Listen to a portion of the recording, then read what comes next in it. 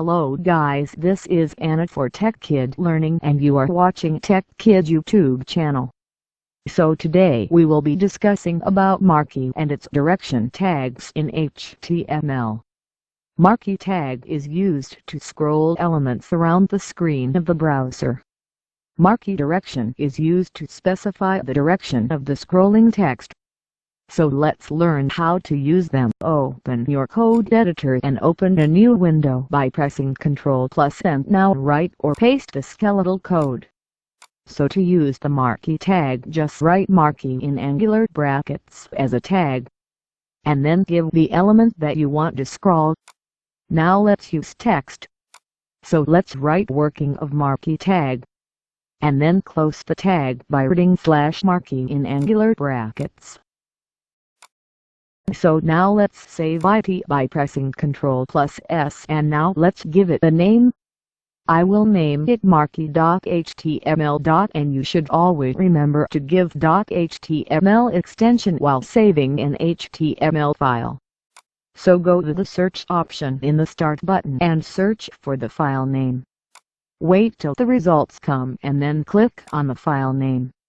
The output will appear on the screen in your browser, so you get the text scrolling. Now just minimize the output window for convenience.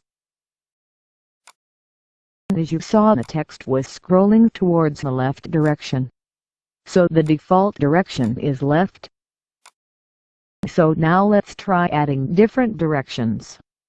So first let's copy the whole line and paste it 3 times. Then write direction after giving a space after Marquee. Then write =, and write your direction in the double inverted commas and close the angular bracket. So I will first write right as we already have left direction as the default, and then copy the direction part and paste it in the Marquee tags and then write different direction in them, that bar up and down respectively.